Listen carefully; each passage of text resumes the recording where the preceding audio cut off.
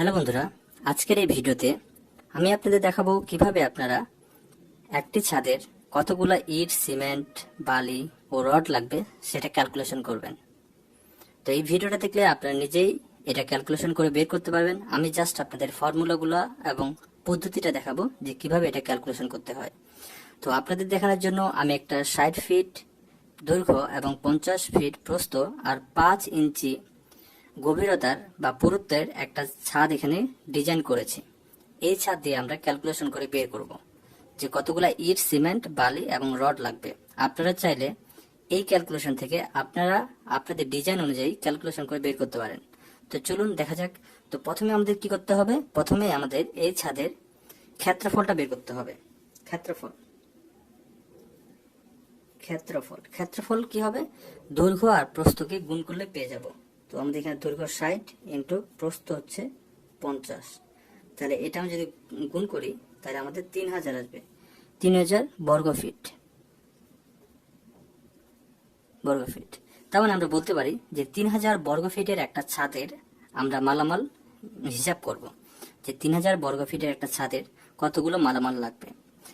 তারপরে আমাদের এখন আয়তন বের করতে হবে যে এই ছাদের আয়তন কতটুকু। আয়তন আমরা কি করব? ক্ষেত্রফলের সাথে এই ছাদের যে পুরুত্ব আছে বা গভীরতা আছে সেটাকে গুণ করব। তাহলে 3000 গুণন, দেখুন এখানে 3000 আছে ফিটে আর এখানে 5 আছে ইঞ্চিতে, তাই 5কে আমাদের ফিটে কনভার্ট করার জন্য 12 দিয়ে ভাগ দিব।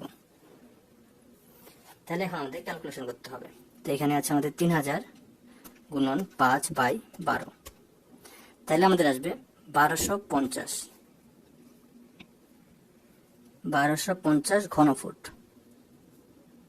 ঘনফিট। ওকে, তাহলে এটা হবে আয়তন। তাহলে আমরা আয়তন পেয়ে গেলাম 1250 ঘনফিট। এখন এই আয়তন থেকে আচ্ছা, এই 1250 ঘনফিট কিন্তু জুড়ে আমাদের কি আছে? ইট, সিমেন্ট আর বালি আছে, পুরো 1250 ঘনফিট জুড়ে। কিন্তু যখন আমি ইট, সিমেন্ট আর বালি বাজার থেকে কিনে আনবো তখন কিন্তু আমি এইভাবে জোড়া লাগানো অবস্থায় অথবা পেস্ট অবস্থায় আমরা পাবো না। তার জন্য কি আমাদের আলাদা আলাদা আলাদা কিনতে হবে। তাহলে এই আয়তনটাকেও আমাকে 1.5 দিয়ে গুণ করা লাগবে, কারণ এটা তো আমরা যে ভিজা অবস্থায় ঢালাই করি, কিন্তু আমরা ইট, সিমেন্ট, বালি কিনি শুকনো অবস্থায়। তাহলে শুকনো অবস্থায় আমার আয়তনটা দরকার। এই আয়তনটা কিন্তু আমাদের ভিজা আয়তন বের করলাম। তাহলে এখন আমাদের শুকনো আয়তন বের করা দরকার,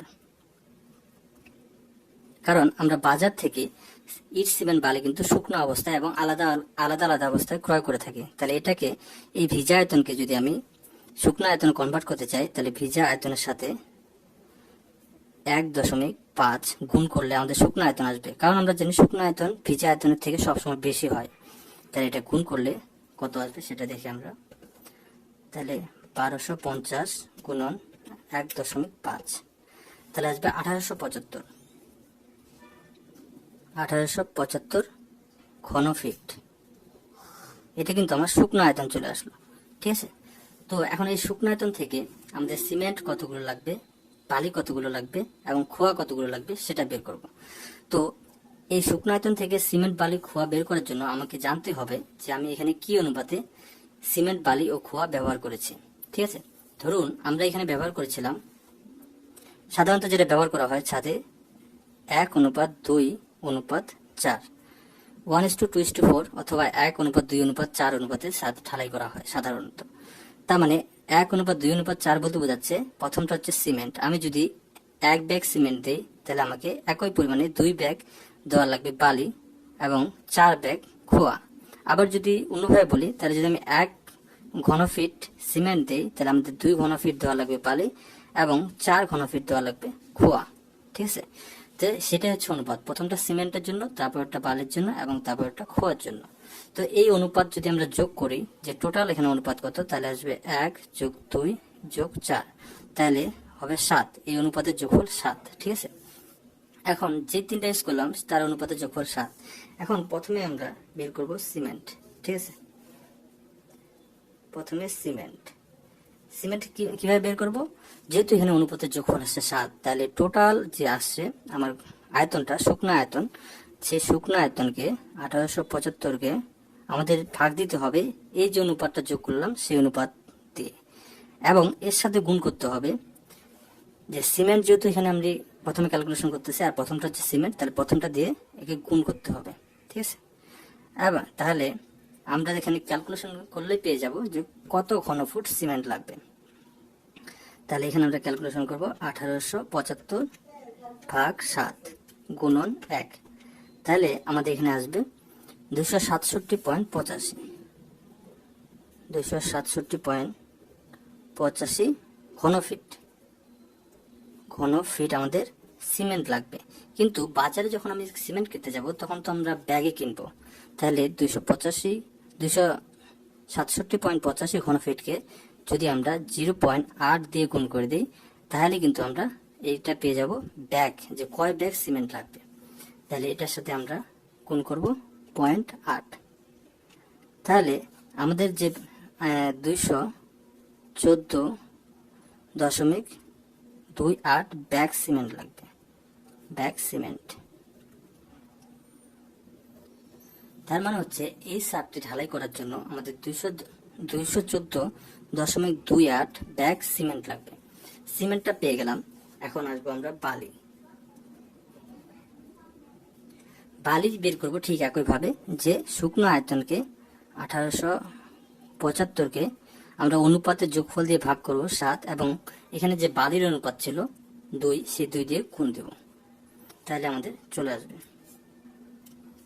ঠিক ক্যালকুলেশন করে এখানে 2 দিয়ে গুণ দেব, তাহলে হবে 535.71,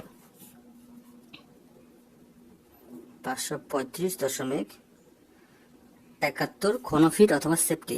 ঘনফিটকে কিন্তু সেফটি বলে, ঘনফিট। 535.71 ঘনফিট লাগবে বালি। তারপরে এখন আমরা বের করব যে খোয়া, ঠিক আছে।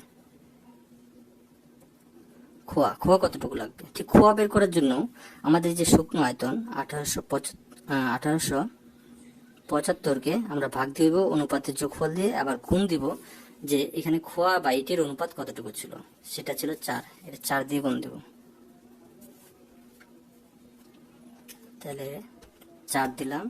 তাহলে এখানে আসবে আমার 1071.428,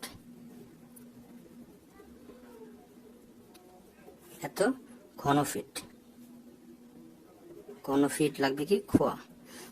তারপরে কথা হচ্ছে যে রড কতটুকু লাগবে, ঠিক আছে। রড কতটুকু লাগবে এটা কিন্তু আমরা এইভাবে ক্যালকুলেশন করে বের করতে পারবো না। রড বের করার জন্য আমাদের ডিজাইন দেখা লাগবে এবং রডের প্লেসমেন্ট দেখা লাগবে, যে রড কি অবস্থায় আছে, কোথায় বাঁকানো হয়েছে, সবগুলো দেখা লাগবে। তবে আমরা একটা ধারণা করতে পারি, আইডিয়া করতে পারি যে রড কতটুকু লাগবে। কিভাবে?